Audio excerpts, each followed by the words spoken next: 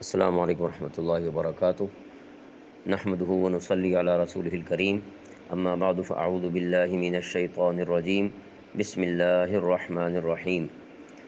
وقالوا لن يدخل الجنة الا من كان هودا او نصارى تلك امانيهم قل هاتوا برهانكم ان كنتم صادقین۔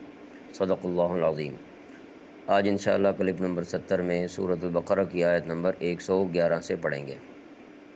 وقالو، اور انہوں نے کہا، لن يدخل، ہرگز داخل نہیں ہوگا، الجنت، جنت میں، الا مگر یا سوائے، من کانا جو ہو، ہودن یہودی، او نصارا یا نصرانی، تلکا یہ، امانیہم ان کی جھوٹی تمنائیں ہیں، آرزویں ہیں، قل کہہ دیجئے، ہاتو تم لاؤ، برہانکم اپنی دلیل، ان کنتم اگر ہو تم صادقین سچے۔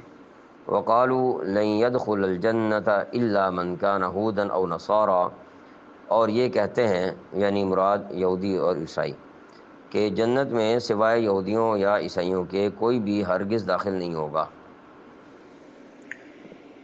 حضرت صلی اللہ علیہ وآلہ وسلم کی بعثت سے پہلے یہودیت، عیسائیت، صابئیت،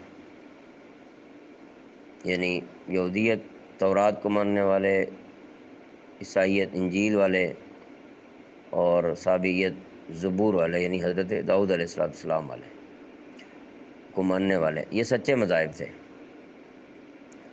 جو لوگ اس زمانے میں صحیح معنی میں اپنے مذہب پر تھے وہ جنت کے حقدار تھے، کیونکہ یہ اللہ تعالیٰ کی آسمانی کتابیں اللہ تعالیٰ نے بھیجی تھیں، اور انہی پر نجات کا مدار تھا اس زمانے میں۔ البتہ آپ صلی اللہ علیہ وسلم کے مبعوث ہونے کے بعد اور نزول قرآن